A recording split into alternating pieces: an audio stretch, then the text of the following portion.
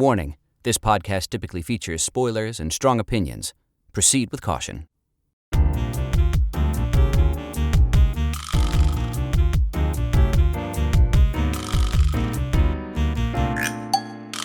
Hello, and welcome to Then a Moment, the podcast where two lifelong storytellers talk about stories. I'm Pavi Proczko, audiobook narrator, author, etc. And I'm Colin Funk, childhood development expert and teaching artist. And today we have a very special episode because it's my birthday. Ooh. And so we're doing one of my favorite films of all time, The Fifth Element. It's also one of mine too. Yes, it was one of the early things that we bonded over. It's so good. I mean, love it. You don't know what our opinion of it is yet? No, of course. No, we have no idea. And but I can't wait to delve into it because there's so much there. There's a lot, yeah. But in the meantime, before we get there, we have to do our moment of the week. Let's do it. Yeah. I have one. Go for it. So this is maybe a little bit of a departure because it is story related, but it's the story of me. I will allow this because it's your birthday episode. Thank you so much. I hate this already. I don't know what it is. Okay, so I've been taking classes, as you know, it's some story grid, storytelling, writing classes. And there was, I had an aha. So a moment that I figured something out. Yeah, we know what an aha moment is. Oh, really? Should I define it further? Synonyms, epiphany. Okay, so I figured something out, and because it has to do with binding, which is a very heady concept, but essentially it's like, you might know it as like exposition or description of, in like a novel, the expositional element, but it's a little more complicated than that because it's also the color and the valence of like how you talk about stuff, or descriptive, like he said, she said, angrily, it's like the different, there's binding like embedded in right action as well. And it took me a minute to kind of like figure out what they meant by it. And I figured it out. I just had like I understand now, kind of intuitively, as I'm like reading things or watching things, just kind of seeing where this, like the narrator, the perspective of the writer is coming through in the descriptions and in how it's being said. And that has to do with like choices, like what are we shown? How are we shown that? How long are we spending there, etc. Now, this is interesting because I suspect that probably tomorrow when I'm studying some more, I'm going to be like, wait a minute, I'm confused again. And I don't remember anymore because it's like a thing that I like do. It's true. Where I like figure something out and then I'm like, okay, I don't know it anymore. And it struck me in this moment that this is a perfect example of how characters or like avatars in stories are not real people. Because like real people are confusing and complicated and inconsistent. Yeah. Characters are not. In fact, we complain a lot when characters are inconsistent and call them unrealistic and fake. Right. When really people just like are idiots all the time, and we don't ever do anything consistently ever because there's a million different things we want, while essentially a character in a story wants like one thing and goes for it. Right. But even people in real life, we are constantly writing narratives to define our life, but also the people around us. Right. That person is this kind of person. Yeah. And it's not true. It's not accurate because people are much more complicated than that. But we're writing those narratives even about other people and about the world around us. Yeah. Constantly, which is why we get frustrated with people when they diverge from the story that we've told. Right. But that's something to be expected, to really. Storytelling. Yeah. And so there's this concept that kind of highlighted another epiphany, the idea that Characters and stories are realer than real. They're like more human than humans are, at least in our minds. That's my moment. Oh, that's your, okay. That's it. That's okay. Did you also learn what an aha moment was? No, I've just been using that word and I have no idea what it means. Someone just said it once and I'm just kidding. That, jerk. All right. So give me your moment. Okay. So we went to see it's a musical. It's a play. It's both a play and a musical. But we saw a show this week with some friends in it and with some friends in the audience, which was fun because I feel like we haven't been to a local show. Yeah, like a storefront. It was a local storefront Chicago show. It was Helen Handbag doing a spoof on Murder, She Wrote called Murder, Rewrote. Cheers to Helen Handbag. Cheers to we'll Helen tag Handbag. you. And it is, I mean, their company they're like quietly brilliant. They just do a lot of like, they've been around forever, just consistently doing good work that doesn't pretend to be better than it is. Yeah. It is perfectly like fun and campy and draggy. It's very campy drag. Yeah. And it's all very silly and it doesn't take itself that seriously, even though they're doing pretty consistently good work. Yeah. And you know, I just wanted to, there was a lot of cute moments, but there's something about, we talked about this after, there's something about David Serta who artistic director. Yeah. Runs and the basically the lead of the show. Yeah. Too. I mean, and what a deal, makes himself the lead every time. it's always like not like the lead. It's always like the secondary lead. It's like it always feels like setting them up for like, oh, they could get a best actor award or a supporting actress award, you know, like either. Either one really. Could be either. But always like a very highlighted, featured role. And something about their timing and the way that they do camp is like, David Serta is just so excellent and so fun to watch. Really, really good. Every single time. Yeah, I agree. It's like there's something really unique about their presence on the stage that they're doing David Serta, like having met him several times and had conversations with him. It's just like, that's David dressed up in like a draggy version of Joan Crawford, or Faye Dunaway. Faye Dunaway? Who did Joan Crawford? Yeah, Faye Dunaway. Faye Dunaway as Joan Crawford. As Joan Crawford.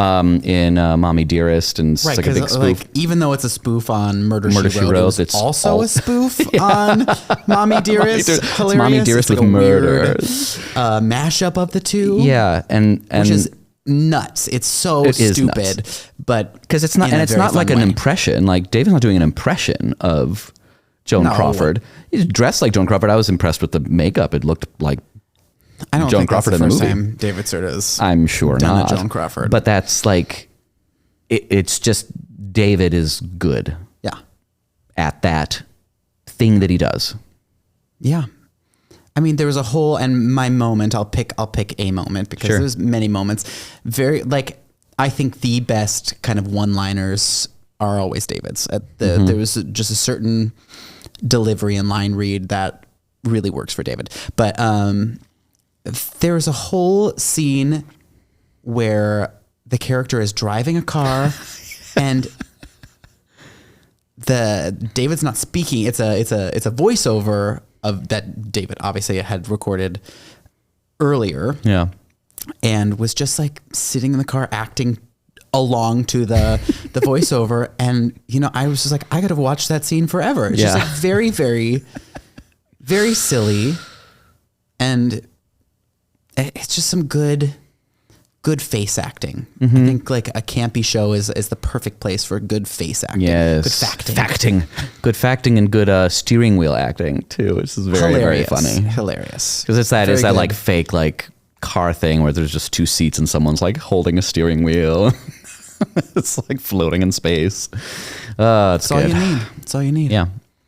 It's like playing the Wii, like when Right. You when have like Mario Kart was just like the little controller in the wheel. Yeah, and you're just like just floating. Yeah. Cool. Well, those are our moments of the week. Ooh. Woo! Are we ready to get to it? Yeah. I figured I'd pick a campy show since Fifth Element is all about the camp. It sure is. Oh, it's so good. I mean, it is. I think it's amazing that this because it's a cult classic. Oh, yeah. And It didn't do that well when it released. Right. I mean, that's usually what a cult classic is. Sure. That usually means it doesn't do well at release, Yeah. but gains a following after. You learn something new. I learned every another day. word today. Aha and cult classic. Wow. Wow. Storytelling expert over My here. goodness gracious. We all learn every day just a little bit, right? Just a little bit. Okay. Should we do a synopsis? Yeah. Yes. Go for it. Okay. I am doing the synopsis. So we're on Earth, right? And there's this like old prophecy that they find in like Egypt that's talking about how like great evil comes every 5,000 years, and there is this weapon to defeat it, and it's the four elements are surrounding a fifth element, which is a supreme being. Like a person. Yeah, it's this person. We see them in like a coffin, but it's weird. But the weapon gets taken away by these aliens, and 300 years later, yes, to keep it safe, because there's going to be a war, because it's like right before World War I and World War II, and so they just want to keep it safe. They come back 300 years later when it's time, and there's this great big looming evil threat that's going to destroy Earth and all life in the universe, and it's all spacey and sci-fi, and we follow the down and out retired soldier, Korben Dallas, down on his luck, lost his wife, is driving a cab now, and he runs into, there's this the meet cute happens when Leeloo, the supreme being that gets revived. The fifth element. Yes, the fifth element, who is revived after some nefarious people try to take down the aliens as they're returning. She's revived and falls through his taxi cab roof. And, she's gibbering, doesn't know the language. Gibbering. Yes, gibbering. What a word. Full of words today. And he ends up deciding to help her because for some reason he's enamored of her and wants to help this person in need. Eventually what happens is we find out this is the fifth element. There is a priest and some allies that Korben is like meeting that kind of expand this whole story, and they need to find the rest of the weapon in order to like get it. Find the stones. And so they have to like go off to another planet, this vacation planet, to find it from the Plava Laguna, the diva who sings that really awesome song. If you don't know, it's like Was it the diva dance? Is that what it's the called? diva dance. Yeah, look it up on YouTube. You'll just be like, if you don't know Fifth it, you Element need to diva look dance. up You diva need dance. to. It's so good. And then they recover the stones as all of these like different factions are like vying for these products, and some of them is like an evil guy who's working for he's a corporate guy who's working for the big evil person. There's the mercenaries that he hired that now hate him. There's all sorts of people that are like that are good guys, big bad tug guys, of wars, tangential guys. Yeah, and eventually our heroes are able to get the fifth element to the temple where it needs to be in order to destroy the evil that is coming upon Earth. And lo and behold, the fifth element, Leeloo, has decided that humanity might not be worth saving until Korben declares his love for her, and she shoots a big beam out of her mouth and destroys the giant ball of flame that is about to destroy everyone, and they live happily ever after. We think. We suppose. I mean, look at the end of that movie. Oh They're pretty happy. Woo! Happy ending. You're gross. Ew. Okay. And we can talk about that because that's interesting. But I want to stop you because something you said dawned on me that I was like, did I misunderstand that? Because at the beginning, this is way back to the beginning of your synopsis. You mentioned that the aliens are taking it away because of the world wars. Yeah. And I was like, is that true? Because the aliens say something like, oh, there's a war coming, so we need to keep them safe. I assume they mean like the war between good and evil. Oh no, I think they're talking about like the world wars. They're like, it can't be here, and Egypt was like a big like battle area, and all of like the temples we know were like ransacked. There was a lot of the Nazis came and were stealing a lot of treasures, and they're like, we cannot have this fall into anybody's hands, really. So war is coming. We need to get this off this planet. I guess that makes sense. That's how I always interpreted that. No, that makes sense. That's funny. I never thought that watching it. Because otherwise, why even take it off the planet if that's where it needs to be when the evil comes? Because it'd be the easy target in the next 300 years before. Yeah, I don't know. Maybe it makes sense if they're trying to avoid the wars on Earth. That does make sense. I don't know why I never... Like, another layer of complexity. Coming. I thought they were talking about like, I mean, like it lasted almost 5,000 years, right? Because it was supposed to happen in so it's 300 years short of 5,000 years. Right. Yeah. So I'm like, there's been other wars. Sure. Like with Egypt too. Yeah. That have been involved. True. So I don't know. Probably not as big as that. I mean, right? the world wars were nuts. Pretty intense. As we talked about with Oppenheimer. Ooh, wars are... I don't know. That's something that came up in this one too. That wars feel different after really diving into it. And truly, there's a point later where the Fifth Element, who's learning about humanity as we go, it's learns like about war. Is like the clincher where she's like, I don't know if this is worth. Thing. Yeah. We can get to that. Yeah, we'll get to that. Excuse me, I've just inhaled this rosé spritz coastal. Don't choke on it. So, you're so stupid. This is interesting because it also comes back to like the binding ideas. There is something interesting. It's valenced in that scene. Tell me what's interesting, please. One of the reasons why I think that points even more so to the world wars being what they're talking about. The Italian scientist archaeologist who's like heading this like excavation, when he turns around and sees these like giant aliens whose design is fantastic. We're going to talk about the design, but he looks at these aliens and he's like, are you German? And I think that's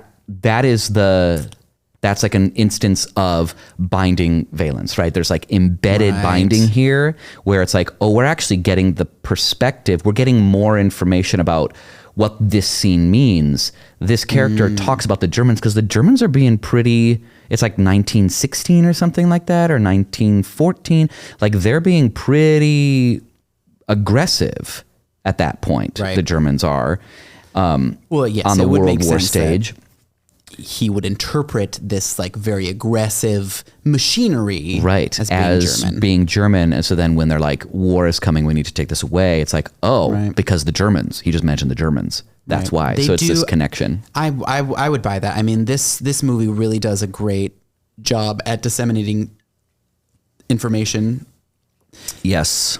Like it sprinkles in little hints and things that I feel like I notice like something new every time I watch it. Yeah. And I've seen it quite a few times. Like it was a favorite of mine growing up, and it remains to be something that I continue to enjoy to go back and watch.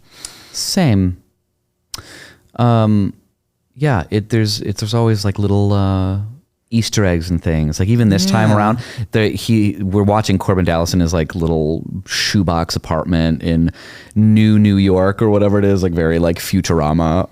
It's like old New York. Old New York is like below the smog line, and New York is like above the smog line. And everybody's car is like floating, and but there are like 2 books that are just like lying on the floor. Like the precision in the design that helps the storytelling. Yeah, let's talk about the design, because this movie, its design is nuts. I mean, as we were talking about, it's a cult classic, and something unappreciated at the time. Yeah. And I watch it, and I think my interpretation is that the design is confusing at first watch. But when you watch it, it is so cohesive and so detailed. It just is so specific. I think that's what it is. There's a specificity, that this world is so specific, and it doesn't give it gives hints of reality, but like they've really created a full world that is different than what we experience. There's not a ton of like threads to reality. Yeah. I think that my thought is that that's why it's not immediately grasping. Yeah, it was, and especially for the time, it's like you see these wackadoo costumes and you're like, what is going on? Like all these people look so weird and weird. And it's Jean-Paul Gaultier. It's brilliant costuming. Absolutely. And some of the most brilliant costuming. To such an extent that today these costumes are not that weird, because it has actually inadvertently, because of its cult classicness, I think people don't even realize how much this costuming and that style, and you just tangentially, like Jean-Paul Gaultier, of course, is a big deal in the fashion world, but it has permeated society. Oh, absolutely. It is not that weird now looking at it. No, watching it now, I'm like, some of that feels really normal. Yeah, now. I was like, oh, that's not that weird. Mm-hmm. Which is pretty wild. Amazing, that's pretty. Actually. It's incredible. Yeah. It feels like it did a little bit of fortune telling. Yeah. And where it's like really art impressive. Imitates life, life imitates art. Yep. And it's like a little bit of that. It's just like self-fulfilling prophecy. It's like he made such iconic costumes that the world was like, I want those clothes. Yeah. I kind of want my clothes to be like that. I mean, that I love that they like, I mean, this feels like a fuck you to gender all over the place. Oh my God. Which is like very, it's run of the mill now. It's in today. That, you know, like, but like there's no, he's not confined by, he doesn't make masculine clothes more masculine. He doesn't make feminine clothes more feminine. There's such a mix. I mean, with he used Leeloo, people's bodies. He dressed people's forms. Yeah. Explicitly without that bias. I mean, you think about like that. I'm sure Leeloo's outfit is one of the most common Halloween costumes of all time. Oh yes. Will you describe it? Yeah, absolutely. So she is wearing a short white crop top t-shirt. Maybe it's ribbed, maybe it's not. I don't know. With like these metallic-y pants. Mm-hmm. And over it, for whatever reason, are these like this orange rubber suspenders, maybe it's like a harness, suspenders over top of that. I mean, not to mention, like, there's that costume and there's also the bandages. So between those two costumes, where it's just like where she gets regenerated and she just wakes up and she gets covered in these white bandages and it's just strips over, you know, the bits, and with her shocking orange hair. Yeah. Like, it is so, the use of orange It's the subtle, orange but, story like, is like really interesting. but it's strong. There's like Yeah. something like weirdly unnatural about it. It doesn't feel like, maybe it's because it doesn't feel like earth, water. Yeah, maybe. Like they give It's them like pretty strong colors at right. the end Yeah. to these And elements. this one is something- And orange is outside. different. Yeah. It's interesting about the bandage costume. Maybe I'm making this up, but my impression is that she was supposed to just be nude. And they were like, well, we need it to be PG-13. So Gautier, please make a costume. Oh, maybe. And I like to think that that's what happened. And he was like, bandages. And then like this brilliant thing happened because he It's just needed to like brilliant. think of something awesome. And it's Because it's like she gets dressed by the machine Yeah. that has regenerated her. Right. And so she's just in these bandages. She looks amazing. Yes. It covers like just enough, but like is also just like a badass costume. It's a It badass looks costume. awesome. It looks so good. It's fantastic. so good. Both of those looks, and then she changes into Yes. Oh my God, that other look. It's so the good. white t-shirt and the orange, like continuing the orange story. Yeah. Those like weird orange suspenders. Yeah. Because even Korben has an orange story. He wears that orange shirt at the beginning, like the whole. It's like a tank top with cutouts in the back. It has just strips along the back. Yeah. I'm like, this is like the gayest outfit I've ever seen. With like this very they're like military pants with the. Yeah, but like in the gay way that people wear, Yes. like military. Yeah. Very like Hitler inspired, Youth gay way. like you know. zippers that like curve around his crotch. Like it is it, but just still. I mean, Bruce Willis, who plays Korben Dallas, is just man's man, masculine, Yeah. and This clothing that he's do wearing. not think about it in any way. It does not feminize him. No. It doesn't emasculate him in any way. Right. It just is in the world, and Right. it becomes masculine. Yeah. Because that's what he brings. Yeah. That's what the costumes really allow the characters, even though they're kind of wackadoo and out there.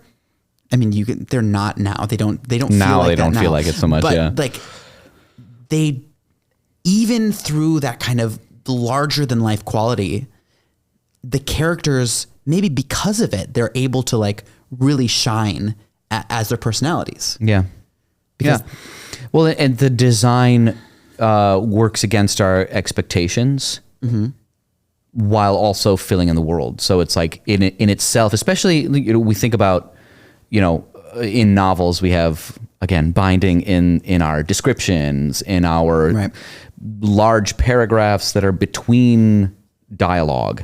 In film, we have the visuals, we have the music, Right.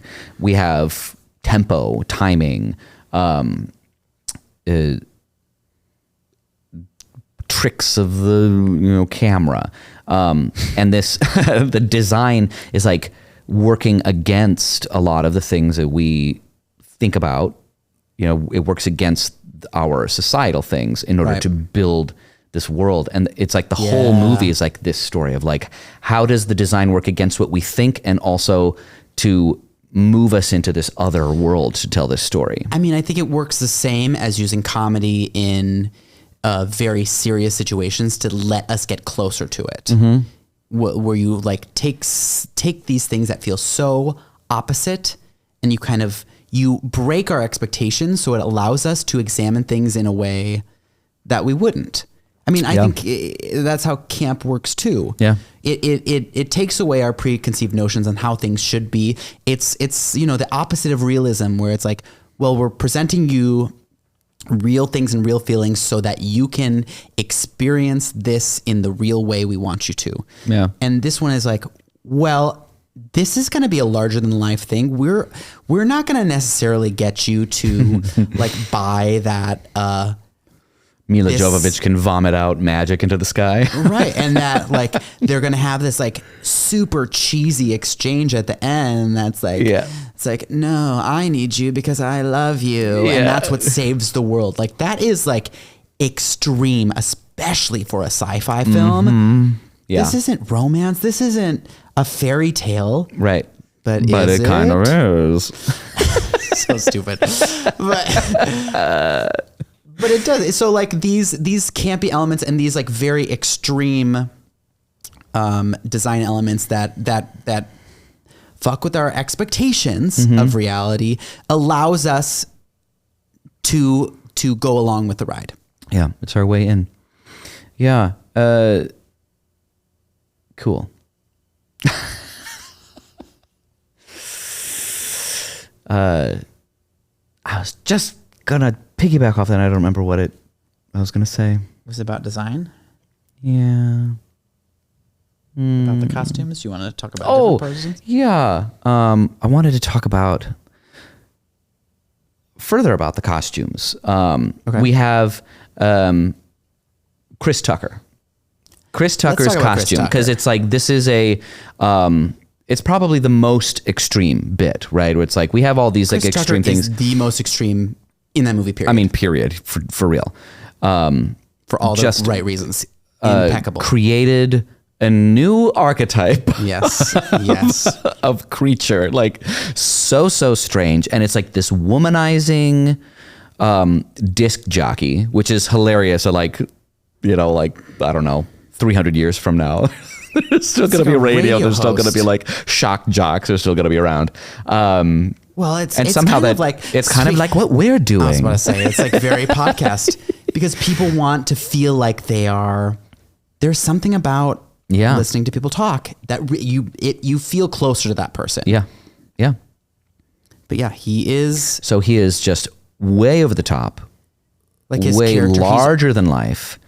And wearing this, like already larger than life. Larger than it's like, but like the way they do it for Chris Tucker for what's his character's name? Ruby Rod. Oh, I love him. He's so sexy. Oh, I love him, don't you? He's so sexy. There's so many good lines. There's so many good lines in this film. Excellent. But they make him this like over the top, narcissistic, womanizing shock jockey. Now, when you say those words, you would still not picture what Chris Tucker did. Then they like dress him up in leopard print, head to toe, jumpsuit, like a cat suit, but with like an opera collar, like this huge upstanding collar with this like crazy hairdo. I mean, like a few different hairdos throughout the movie, but like just like it's like the Capitol in Hunger Games before the Capitol is what it feels like. Over the top, and like brings this very it's like cat-like. It's cat-like. It really is. It's very like lithe and feline and seductive. Yeah. But weirdly does not lose the masculinity. Is just going through the women like nothing. Right. And you buy it. I mean, I'm totally in. Yeah. And it's like especially for 99, 2000 when this came out, it's like, it was astonishing, that costume and that portrayal of the person. Where it feels like it should have been, we've talked about this before, where characters like that are often queer coded. Oh yeah. And are meant to, but it's not meant to be queer coded. No. I mean, unless you're talking about like, gender fuck kind of territory, but that's other than that. And it's not any more gender fuck than anything else that's happening in it. Right. It's just extreme. It's just extreme. Because that character is extreme. Because we look at Chris Tucker, like as we said, the costume is built for Chris Tucker's body. Yes. It's like I mean, he was like sewed into that thing. Both of his costumes. Yeah. The other one's like with the roses. It's like all black with the velvet. Black velvet. Oh my God. And it's perfect. But, I mean, his costume is so and his good. body looks it's built for him. He looks so good in it. Yeah. And which is, especially in the 90s, early 2000s, like men did not like show their shape. No. We do today. A little bit more. Or at least we did. And especially straight men. Yes, especially. So having these tight fitting over the top costumes would generally be there to queer code, but they throw that out the window. They have another character surrounded by women, very small, very like tiny. I don't even remember his name, but some Ray, Ray deaf J? one? No, Little Ray, something like that. Yeah, supposed to be some other celebrity that that is present, but like this kind of like bulkier guy just wearing this white lace. Like tank, like sleeveless, and has like a foppish, like a t-shirt, but it was like a foppish hair. It like looks almost like almost it's like reminiscent. a powdered wig. Yeah, it's reminiscent of a powdered wig, but just like white curly hair. Again, almost capital, like where it's like this isn't supposed to be queer coding. This is decadence. Decadence. It feels much more like that than it does queer coding. Yeah. While at the same time addressing that there's some like gender fuckery going on. Right. It's really interesting. It is so interesting. Yeah. I mean, that might have been one of the things that really kind of drew me to it, is that it really fills that world out, and it's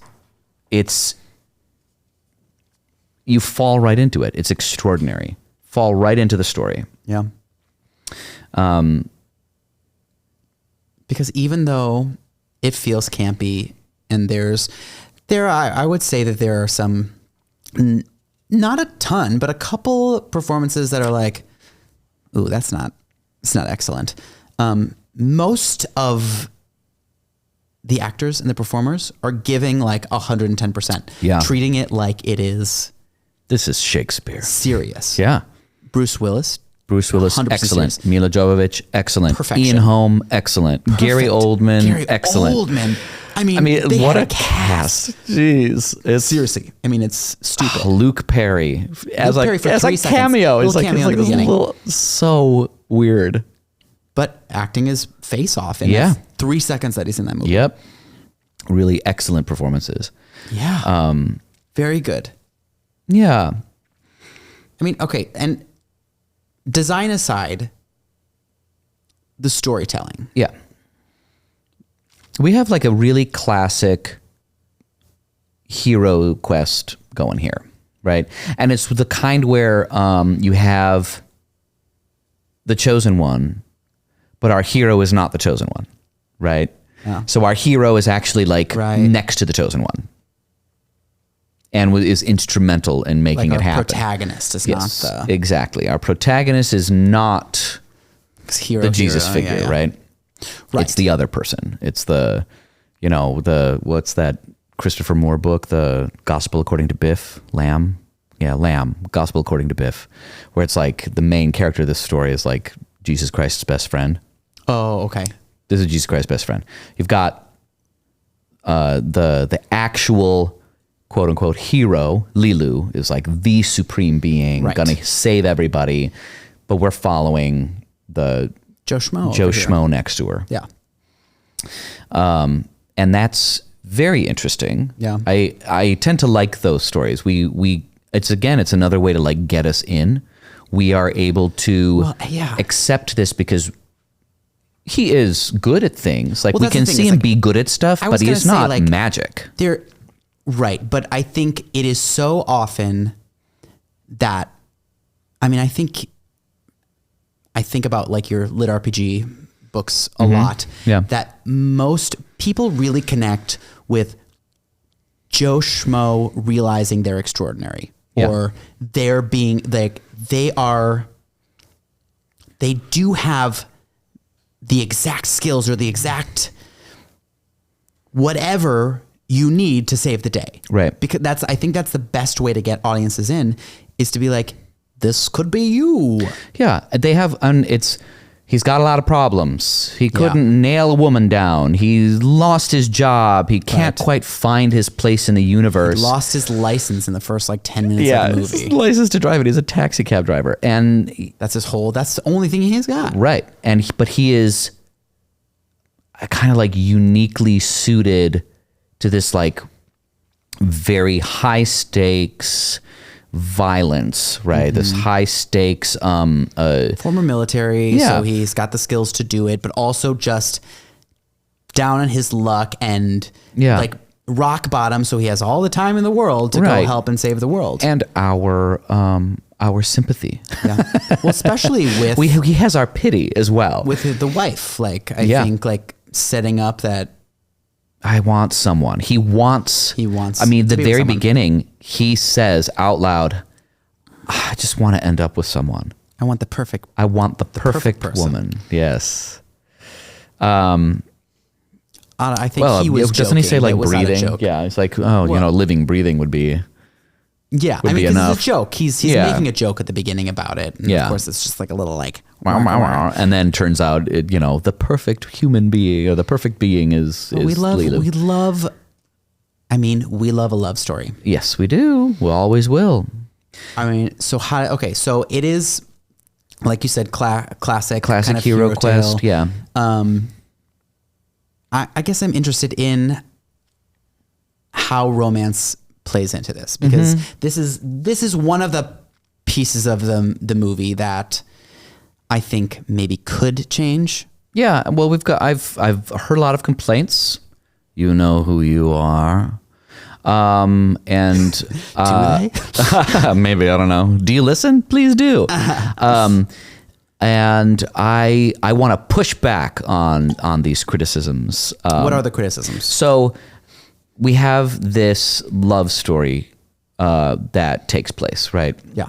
Where we have Korben Dallas ends up falling in love with Leeloo, and that ends up kind of saving the day. Yes. And the criticism is, well, you know, she's kind of like younger than her years person, kind of that like idiot child, like the baby woman, the baby right? woman The baby trope. woman trope. That's yes, I've heard this too. Yeah. And This then, complaint. and then Korben kind of takes advantage of that, and in the end, like it couldn't just be like she's badass and she saves the day because she's did it right, and instead it's she can't do anything unless she has someone's love, and that's what convinces her that she is good enough, is his love. Right. And one, I just think that's just like a really disingenuous, uncharitable criticism of what's going on, because it's not actually what happens. And Yeah. Okay. because what actually happens Tell us. is Korben is the thing. It's like Korben doesn't realize his power until he learns the love bit. Right. And she's kind of, I mean, there was that moment that struck me this time where they get to, what's it called? Lost in Paradise. Yeah. They're in their hotel room, which is just like one of those capsules now, which are They're on the real way, thing. right? They're on the way, right? Oh, it's on the way. Yeah, it's Yes, on the it's way on to the- Lost in that's right. Paradise. It's on the ship. And because they're going to like be put to sleep so they can go, you know, to Yeah, light because speed. it's a long trip, so they're sleeping. So they're put to sleep, and he's like talking to Leeloo, and he's like, "Just so you know, this is not a vacation. Right. I'll keep you safe." And she's like, "You're not in any danger. I'm here. am the supreme being." But the way, Yeah. I mean, because she's still learning English, the way it was worded, I don't think it I ever never occurred caught to it me either. Yeah. that she was saying, "You're not in trouble because I'm here. I'm here and I'm gonna protect you." The way it's worded, it's like you're It's not like, trouble. We could be I'm big the trouble. fifth. We're in big trouble. Do you understand that? It's like, oh yeah, I know big trouble. There's no trouble here. Me, Fifth Element. For you, there's no trouble for you. Yeah. I will save you. Yeah. And I don't think I realized she was saying that. I thought she was saying like, "Oh, you're not any trouble." Like Yeah. that's it. Oh yeah, you're no trouble. Like the way it's because Or it's, I won't be a problem on this mission. Because he's really taken charge of this mission. He's like, hey, we're on this mission and we Yeah. got to be really serious. And so my initial interpretation and how you could interpret it is like, oh no, I'm not going to be a big deal. I'm the Fifth Element. I'm going to help you. But she's Yeah. saying, I mean, either way, she's saying, you don't have to worry about this trouble because I'm here to protect you. I think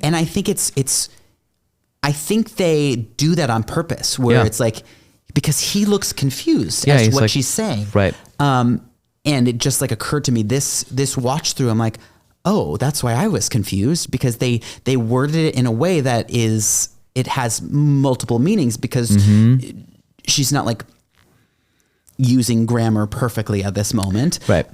And it could be interpreted in many ways, and that like he might not. I think he thinks just like I did that she's just like, no, it's fine. Yeah, we're he fine. feels like it's maybe a dismissive. Oh, she doesn't understand the danger, but like she's actually saying like, this isn't your mission. Right. This is actually my mission. Yeah. You're here to help me. Very interesting this time, Yeah. like watching and being like, she was never. She isn't afraid. Actually a baby woman. That's my thing. That it's not actually a baby woman. Right. There is an element of like not knowing what is going on in the world because there's a language barrier.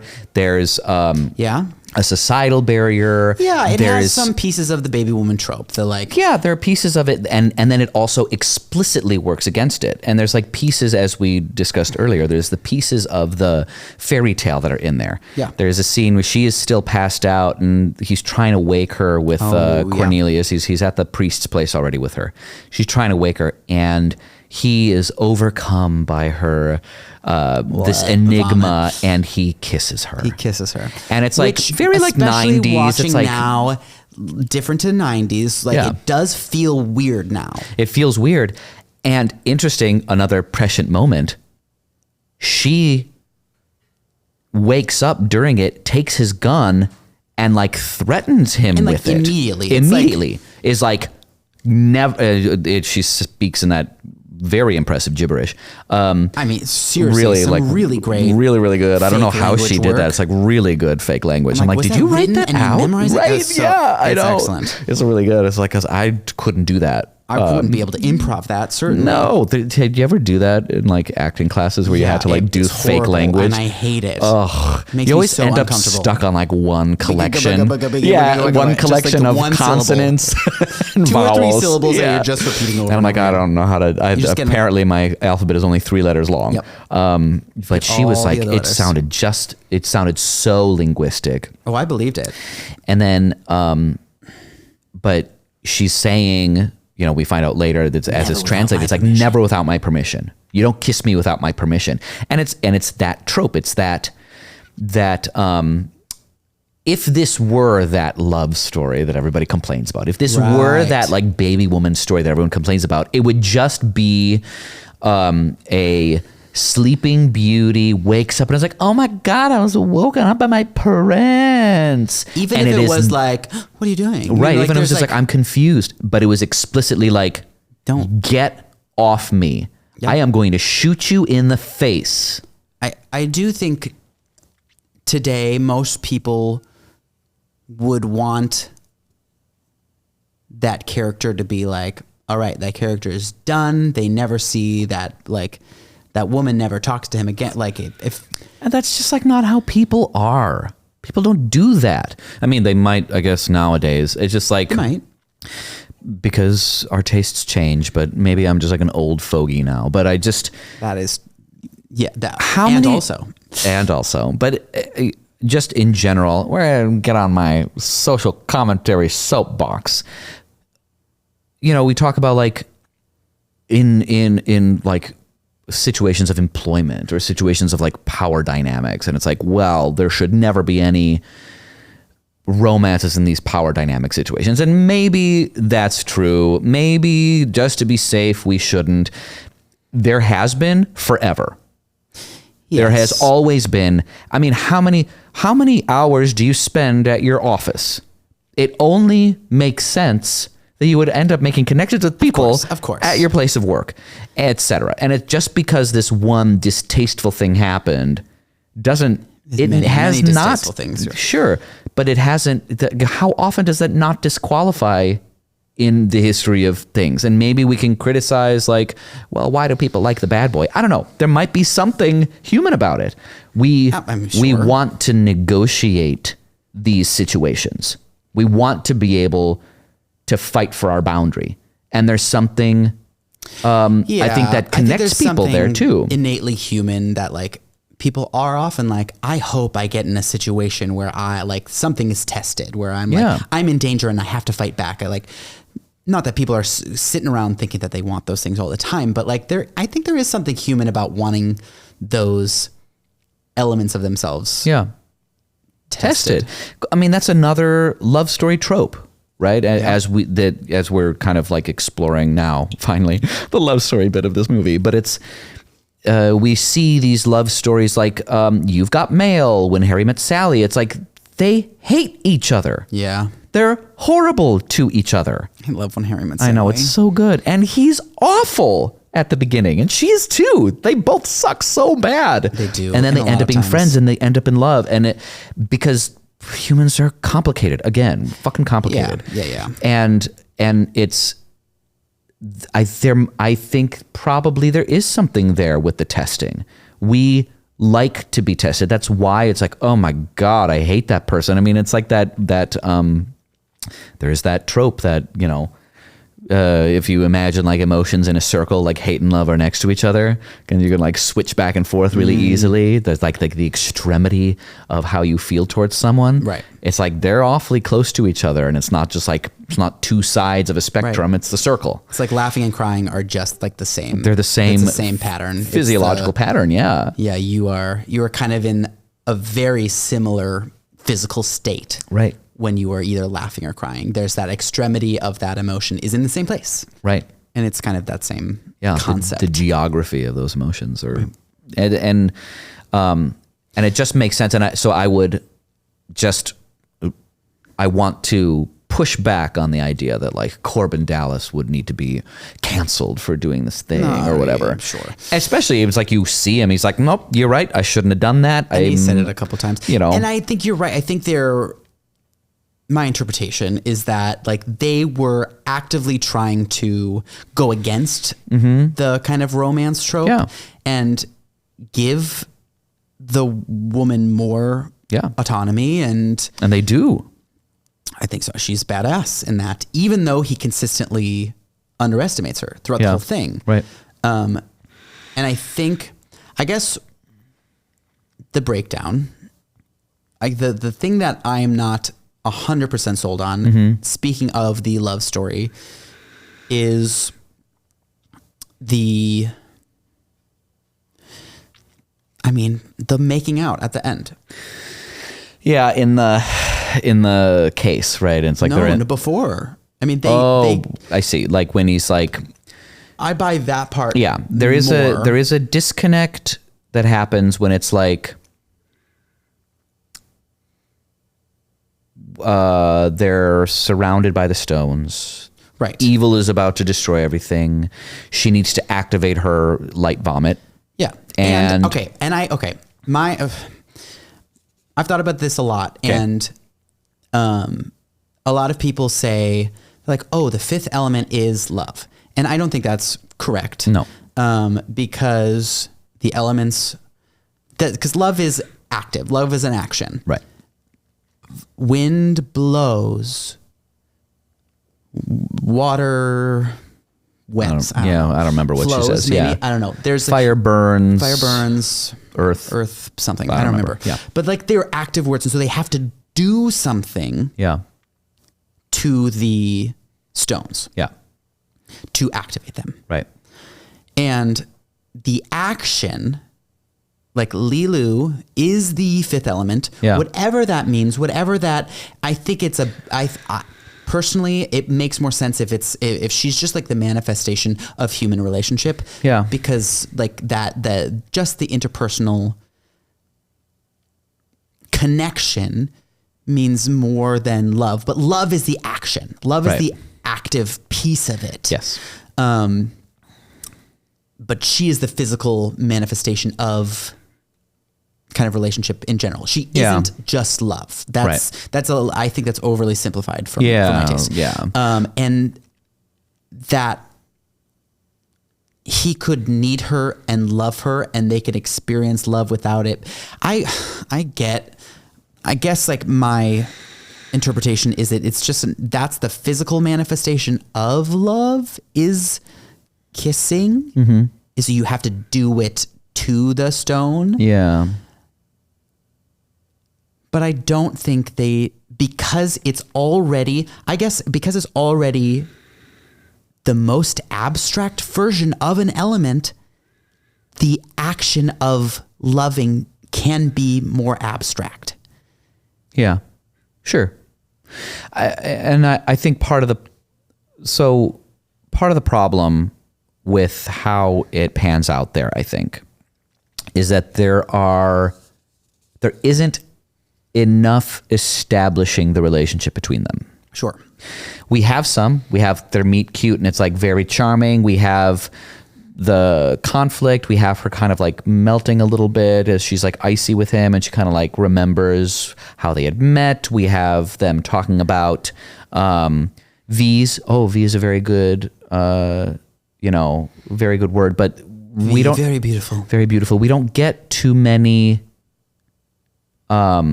We don't get much fun between them, which is a thing that we kind of need to see. Yeah. We need to see them together be kind of like, oh, you surprised me. And we don't get much of that. What we get is a lot of Korben Dallas being like, you're pretty, you're pretty, you're pretty. Yes. Without, there's no the building of the relationship. They are building our relationship, but that's Absolutely. Not the relationship. And honestly, by that point, I believe that there is love between them and that there's care. Yes. Like the act Whether of caring and protecting and loving. Yeah. Like there is so much in there that they could have done without done it being right. like, It didn't have to be romantic I need necessarily. you, I love you, and now I kiss you. I was like, what? But yes, like you didn't explicitly get the permission that she told you not to get earlier. There's something just like, it doesn't quite, it feels anti-setup.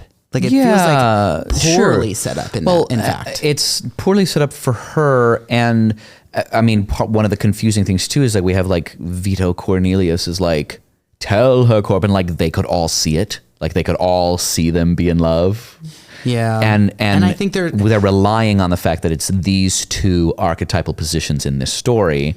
So we as the audience are going to like fill in those blanks. Right. Which I we don't. need the tension. And I do understand that just like the other stones, we need some sort of visual triggering of this. Yes. Like they did set that up. Yeah. And to, I guess a bit of a counterpoint too is like, we have established he is actually looking for that. He is looking for love.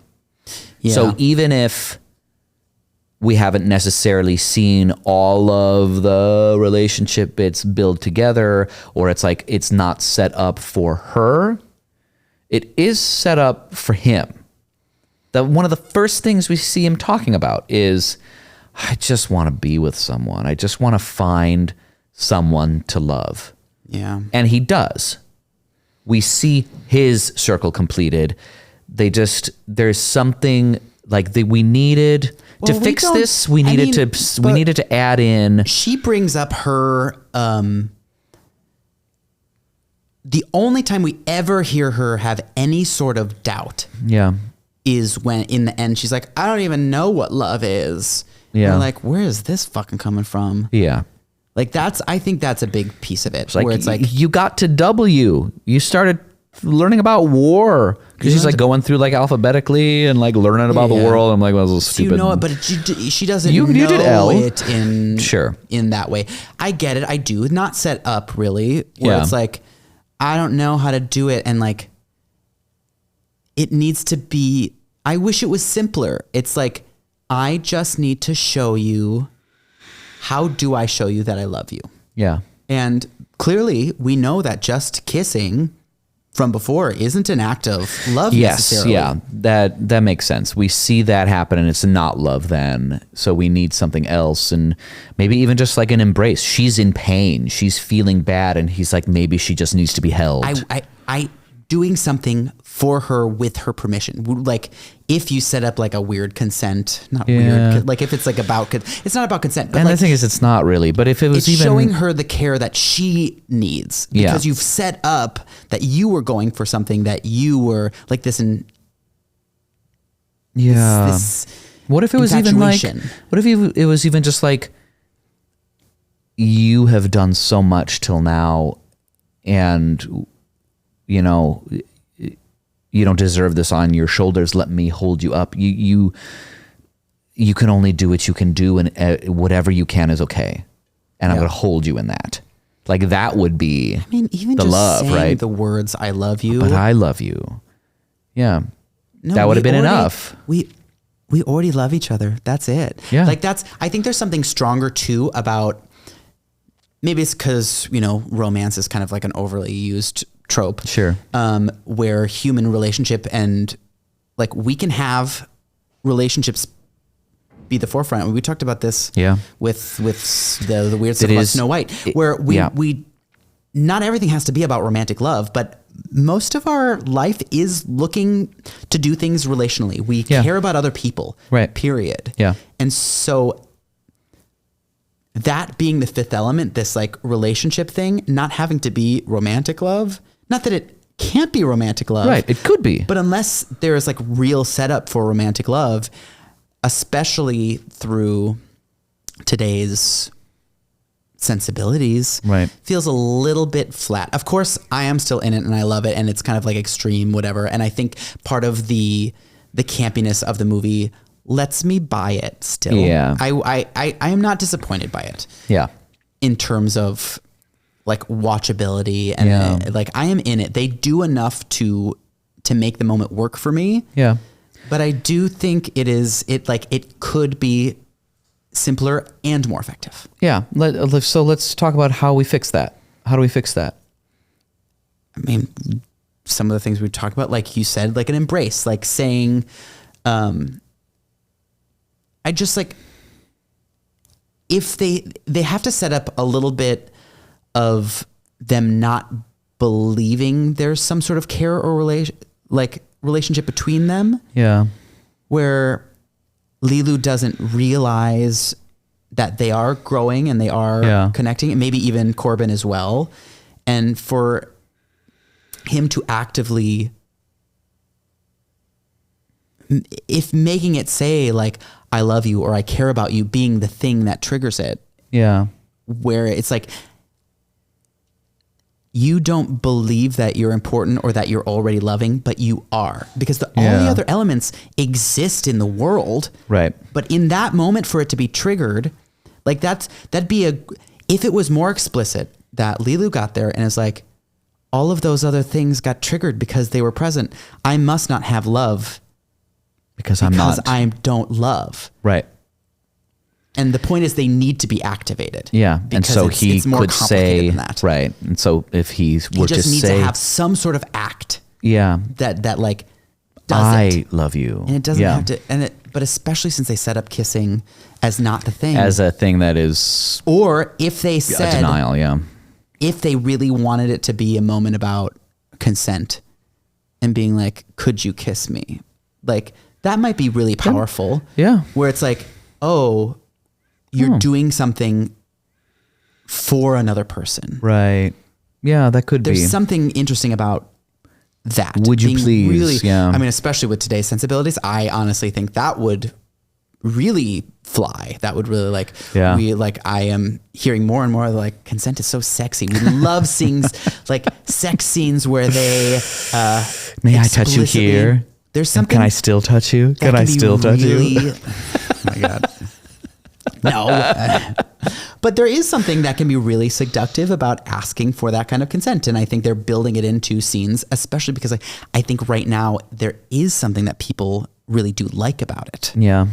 and liking the ways in which we can sex up the consent asking. Yeah. Because there are sly and charming ways to do it that make people, because it makes people feel wanted. Right. And I think that's what people really resonate. I know we talk a lot about, like, there's a lot of talk about, it's really sexy when there's spontaneity. It's really sexy when like we are understood without having to like talk about it. And I think that still holds true. I think we still, as people, like when our mind is read and they know that we want it and they do it. And I think that's a product of a society that feels a little bit more suppressed. And we really like the excitement of not having to explicitly talk about it, because that part's hard and awkward. Yeah. And the kind of the reverse of the same, like, what's the flip side of the coin? The other side of that coin. The flip side of the coin. Flip side of the coin is, it's still awkward and weird to talk about it. So when somebody is really explicit about being like, I want you, can I have you? Yeah. There's something that can be really sexy about that. Yeah.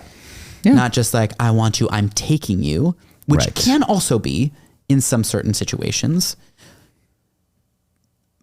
but something really sexy about like, I want you, but I want you to give me I want you to have the power to let me have you or not. Yeah. There's something empowering about it.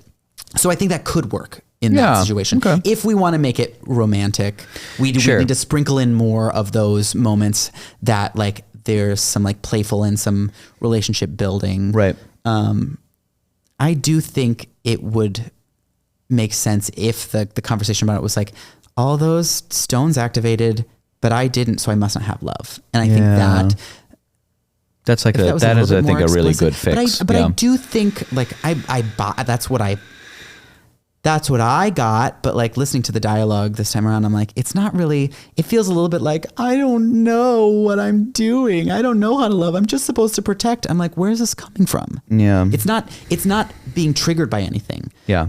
It's like, oh, I know you're so tired and you've worked so hard. Like, no, she's trying really hard right now to be activated. Yeah. And I wish we saw that. Yeah. I wish we saw her struggle in that moment and watching it happen around her. Not like she's kind of dead in the corner while they're figuring out the stones. Right. If she was more active within that scene. Yeah. Yeah. That's a good fix. I like that. Yeah, really nice. I think also just generally kind of there's a lot of like him saving her. Yeah. And her not being all that present in it. Right. And not a whole lot of her saving him. Yeah. Not in front of this. Like there's a couple moments where she like does things kind of like behind the scenes or. Yeah. But you're right. I think there could have been more, even if he never notices it. Yeah. That would be really interesting. I think that might be part of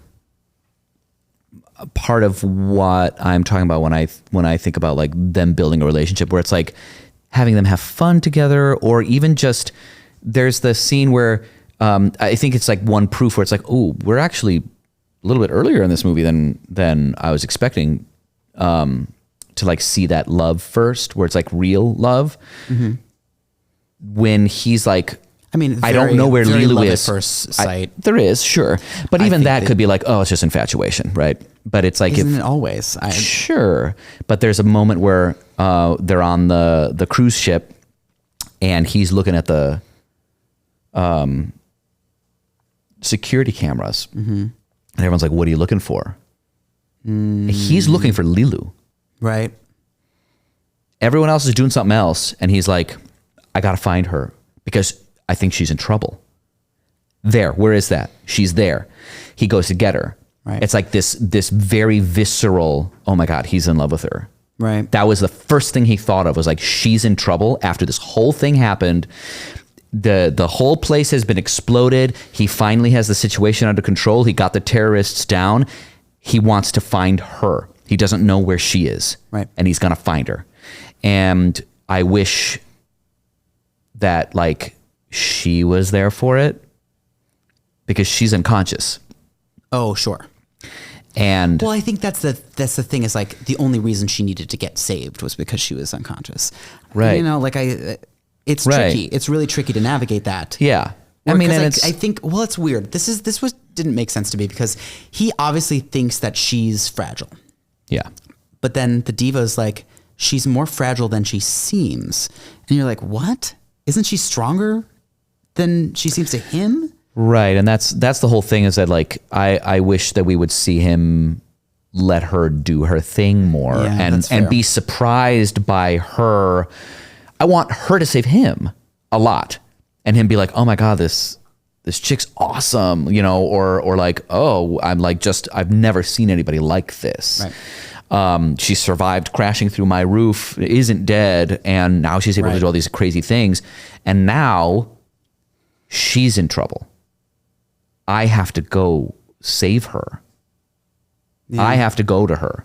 Because she was like, you know, reduced to nothing by the, you know, the gun or whatever. But there's an experience that they need to share. They need to be saved. You know what it needs?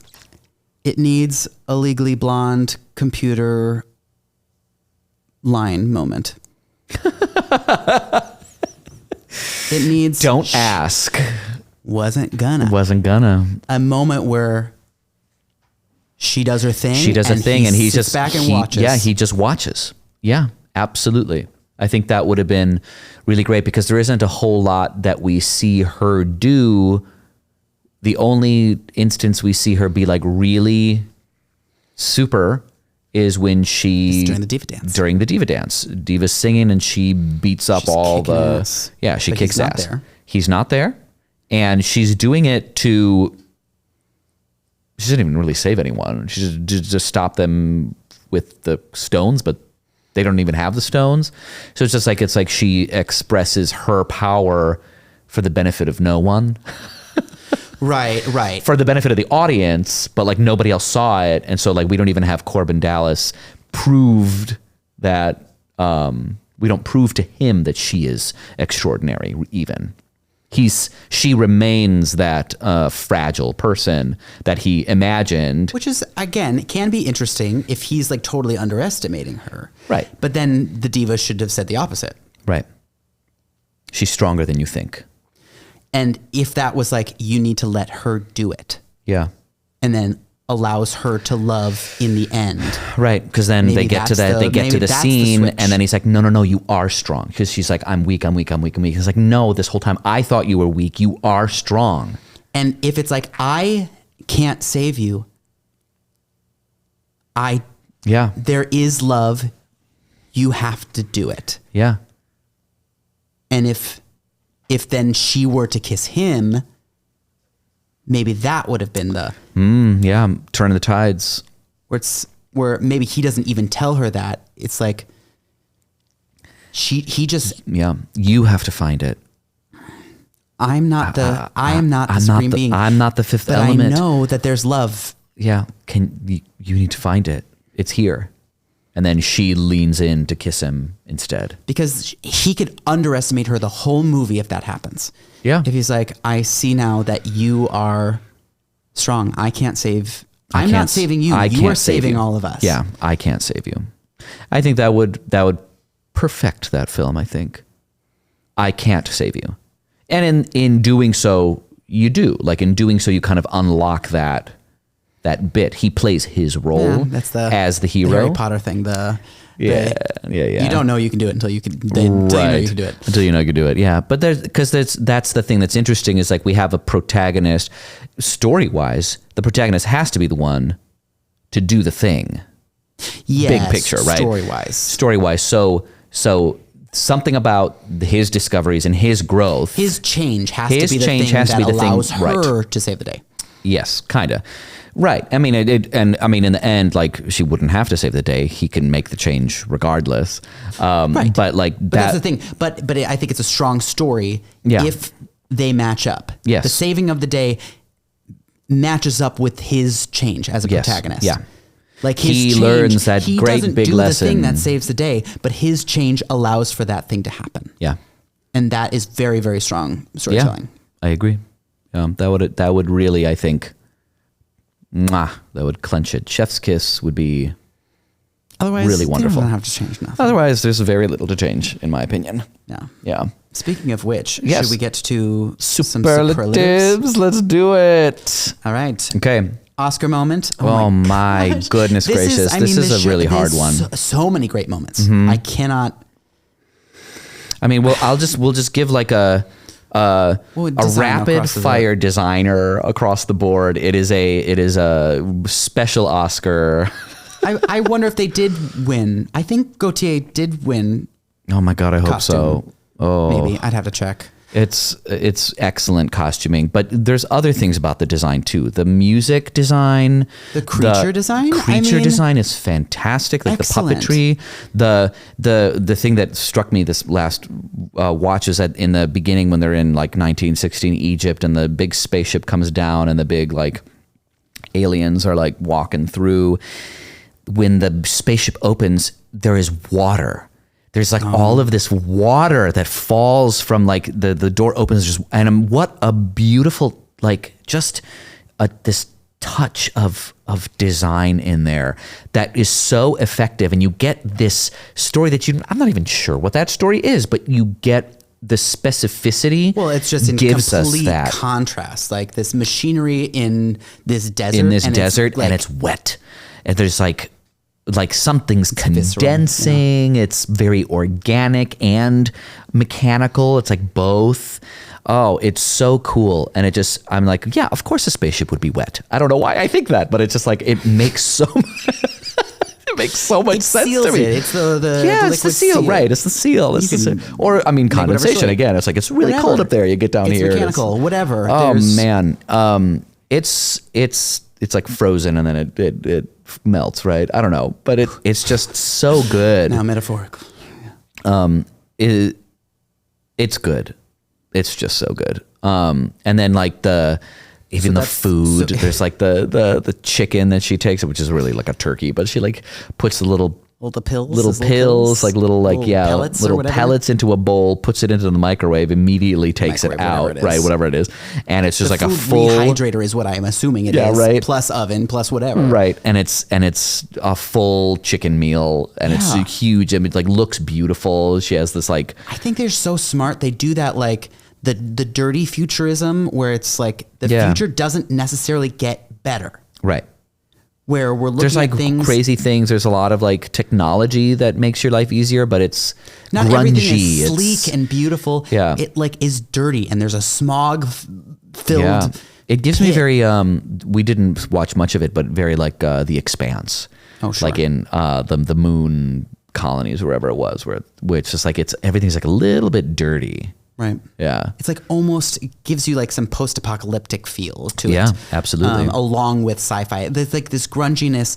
It weirdly gives you like a timeless feel. Yeah. Because it doesn't feel like this weird, sleek, futuristic, well, we're going to pick apart some of like, we'd have to like trust humans to put that much effort into everything.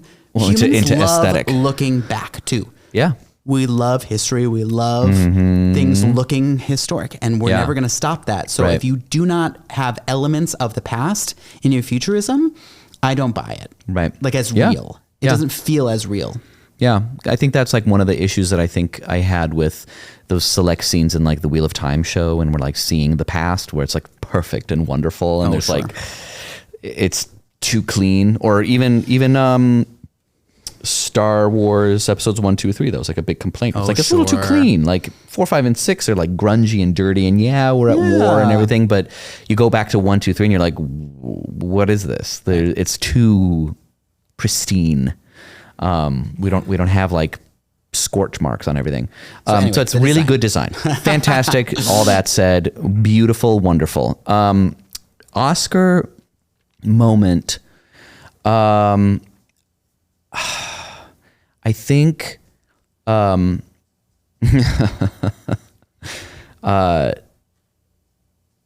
it's I probably I think have to give it to Milla Jovovich Milla Jovovich's fake languages. Oh, sure, it's like really incredible. Fellow Ukrainian, Slava Ukraini, yeah, Heroyam Slava, and Slava Ukraini. Slava Ukraini. That's so silly. Oh my god. And it's really astonishing what she's able to do with very few lines that are maybe written out. I don't know if they wrote it out or not, but it's like the fake language is so good. She is so good. She's excellent. She's really, really fantastic. And so there's like, so I think in the end, the Oscar moment goes to when she's in the cab and the police come and she's doing the please help. And there's just like that one tear that goes down, and she is like so pathetic and piteous, So good. and it's so good. It's performed so well. I mean, the camera's like close up to her face, and it's so real. She is acting her face for that moment. Yeah, I agree. Anyway, Okay. so my Yes. Oscar moment, Oscar-worthy moment. There's so many. You know what? I think it's the whole sequence where we first see Ruby Rod. Oh my god. Just this whole. It's so good. It's just Chris Tucker walking through a hallway on the radio, but also interacting with people that he sees. Unsure if these are bits for the radio or seducing or like these different women or both. Yeah. But it is this like very smooth, very high energy scene, introducing you to this character, slapping you in the face with them, and you get so many different levels of who this person is, like yelling, but then whispering, and then and just the complete, the foiliest of foils to Bruce Willis. Yes, absolutely. Yeah. Korben Dallas is like very like stoic, straight-laced business. A man of few words. And then we have this eccentric, foppish, Pedantic. yeah. It's really an excellent sequence. And brilliantly performed. I Yes. think Chris Tucker, I don't know how you would write that character without knowing Chris Tucker. No. I mean, And I don't think that just would work without improvise.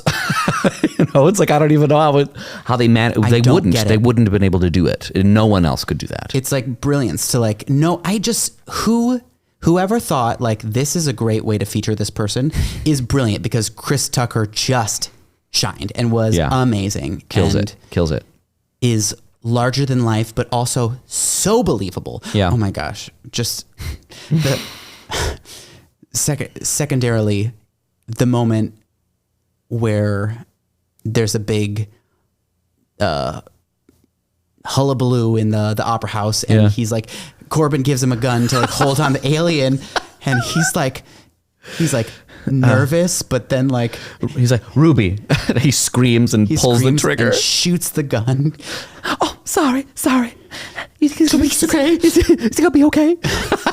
Just so sincere, so brilliant, so freaking oh my gosh, Chris funny. Tucker is so good in this. It's so funny. Yeah, I would Oh, give it's it to good.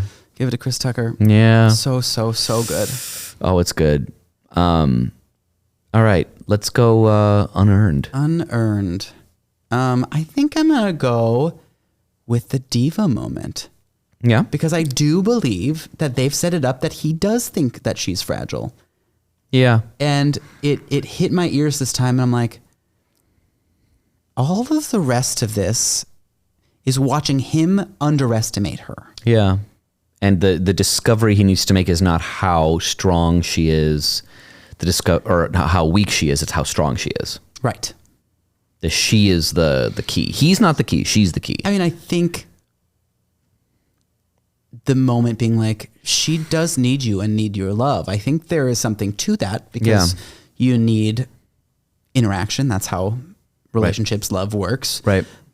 But to not make it sound like she's weak and she needs you to save the day. Right. Yeah. There's something about that interaction that I think tightened up. Yeah. I buy that. Yeah.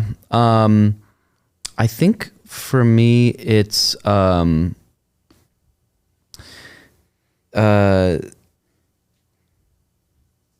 God, it's, Okay, don't hurt yourself. I know. Oh my God, my brain just died.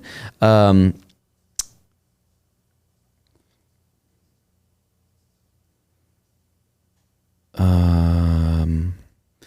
you need some help? I need some help. What do you? Hold my hands. Oh gosh. Just squeeze. Oh my God, what did I do? I'm gonna send you the energy. We just seanced. We brought Ian home back from the dead. R.I.P.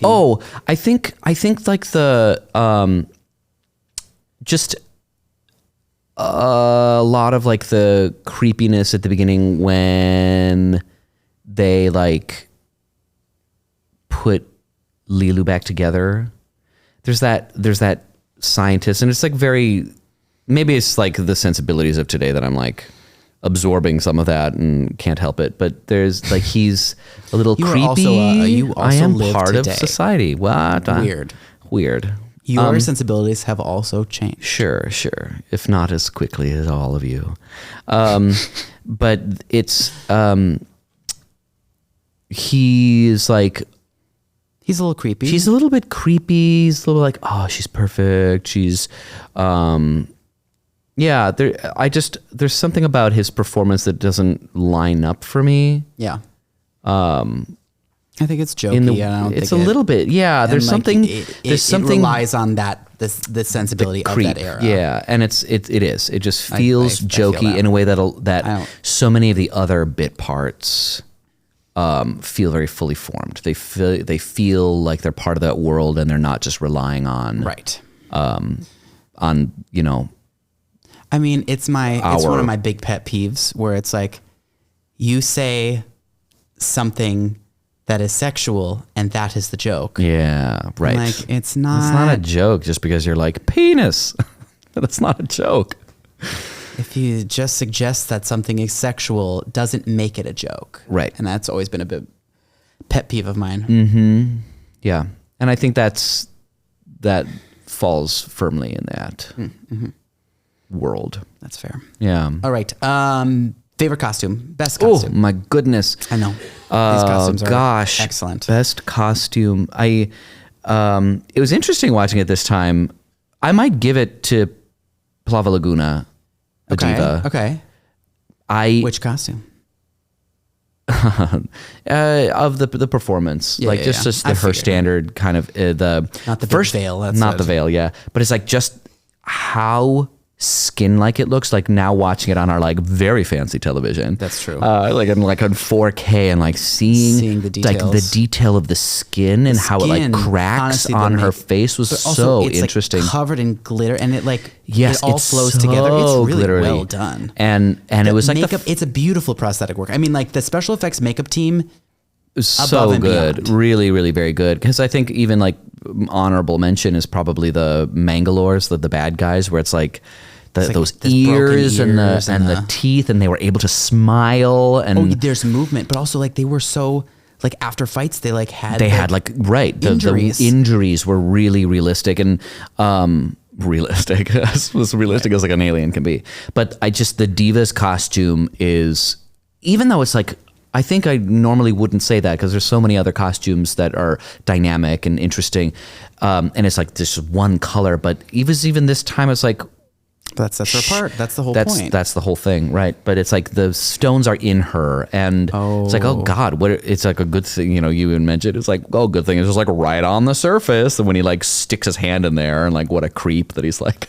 The stones are in me, and like his first thought is to like shove his hand inside her stomach in her bullet wound. But I'm like, no, but she's like a squid. She's like empty.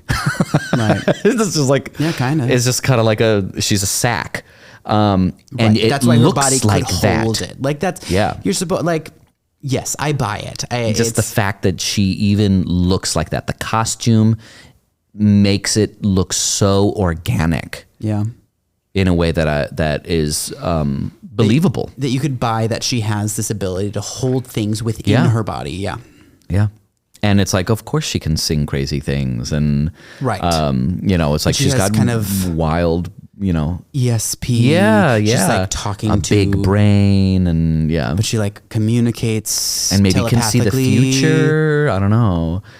Like she's like extraordinary in lots of ways. We don't know all of the ways. And they don't explain it. That's which is the best way to do it. She's like a magical, otherworldly kind of mentor-ish position, or it's like Lady of the Lake. She's a soothsayer. Yeah.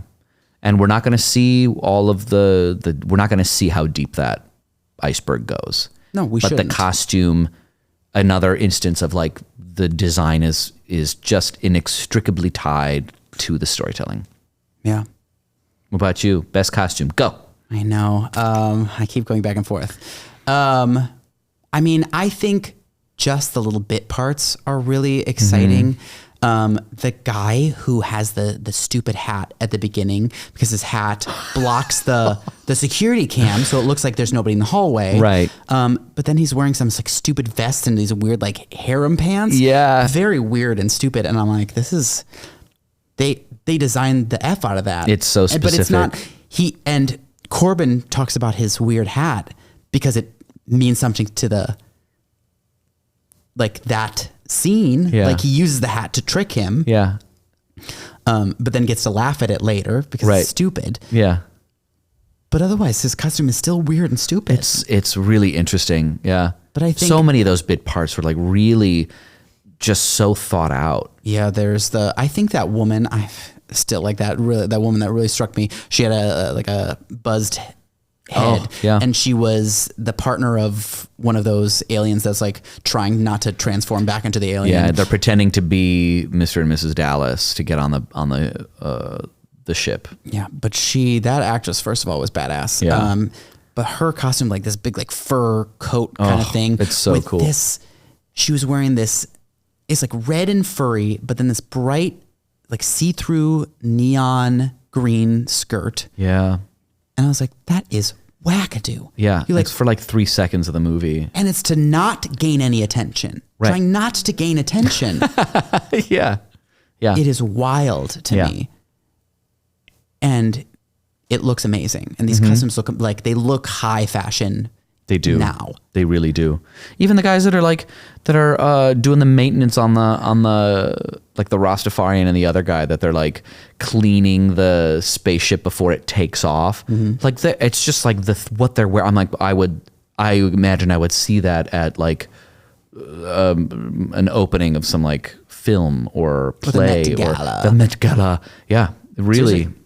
Like some really beautiful things. Yeah. Cool. I don't know. I haven't really picked one, but I'm gonna go with Gary Oldman. I know I have. Gary Oldman. I mentioned 2 others before this. Yeah. But Gary Oldman's, I don't know what it is about his weird little headpiece, which makes him feel very fragile. Like there's like a fragility about him. This like clear headpiece. Yeah, with his and we head couldn't figure out out what it was exactly. And I was like, oh, maybe it's like a prosthetic. Like it's like skin grafting, where it's like, oh, he had an injury, but there are other people that have it. But and it looks like his henchmen, like they get their own little, So it could be like I'm making everyone else. I'm making it a thing. Yeah, or it's just style. Just like either way, that's part of the brilliance about the costuming. It's not explained. It's not like we're not asking we're not addressing the things that are weird. We just buy them in this world. But there's something about that clear helmet that I'm like, there's like a fragility about that. Yeah. When that character feels like very untouchable. Yeah, well, and there's like a fragility and a syntheticness of him. And as like this corporate, he's like the CEO of like every corporate, he's like has a horizontal monopoly on stuff. He owns the cabs and he owns all sorts of things. And he wants to destroy everything to kind of like lift up humanity and profit off of it, right? That's like his whole philosophy. It's like, we're going to let the world go to shit because that's the only way we can actually generate anything. We create out of destruction. And it just kind of ties in that way. It's like this very synthetic looking costume all around, very unnatural, shiny. He's, you know, when he walks, he's got the limp and it's like clomping, like his leg is fake. He's got that crazy thing on his head. Yeah.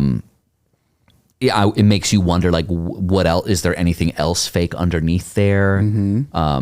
Because he also doesn't change at all. I mean, he's I like guess a little bit removed from humanity. Like he has to be a little bit not human because he's working with what feels like the manifestation of all evil. Yeah. Like he's working under and like there's a piece of humanity where he believes that destruction creates life. There's so it's not, he's not just evil. He believes that he's part of the order of things, which makes him a very, even though it's like larger than life, a very believable viewpoint. Yeah. Where, especially if we're comparing him to like real life CEOs. And, sure.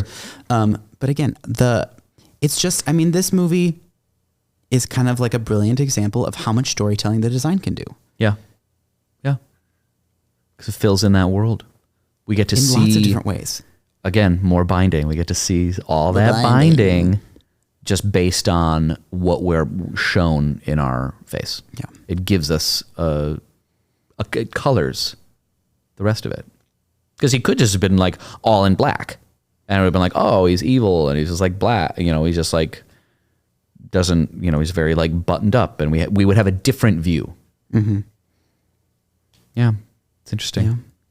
I love it so much. What? Shock. Any more superlatives? Best bit part. Best bit part. I'm going to go with my worst bit part because I decided. Worst bit part. Because we didn't talk about this yet. And the voice of the mom is so weird. It's of Korben Dallas's mom. Weird. Yeah. And I tried looking it up, and it was an uncredited actress who doesn't have any other credits. So we don't know. I don't know anything about it, but it sounds like it's like a young person. It's like an 18-year-old pretending to be an old lady. It's so weird. Like an old Jewish, you know, Brooklyn Jew mom. It's so weird. It's so weird. It like kind of works in a campy, weird way. Yeah. It does work as like a plot device too. Sure. And we never see her. It's interesting, but the voice acting is bizarre. Yeah, it's so strange. So weird. That's a good one. I guess it's like, it's a bit part that like really stood out to me. It stands out for sure. For me, it's the hotel lady when he gets to the cruise ship and she's like showing him around. Oh yes, and every line she has, she ends the line up. She ends the line. Her pitch goes up. There's a pool on There's the a roof. pool on the roof, and you can do this. And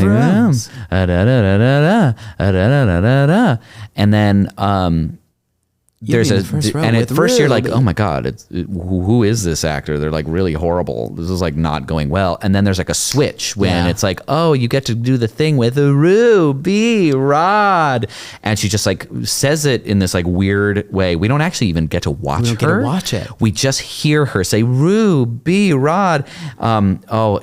He is so wonderful, isn't he? He's just so, you know, it's like, oh, I love him so much, don't you? He is so sexy.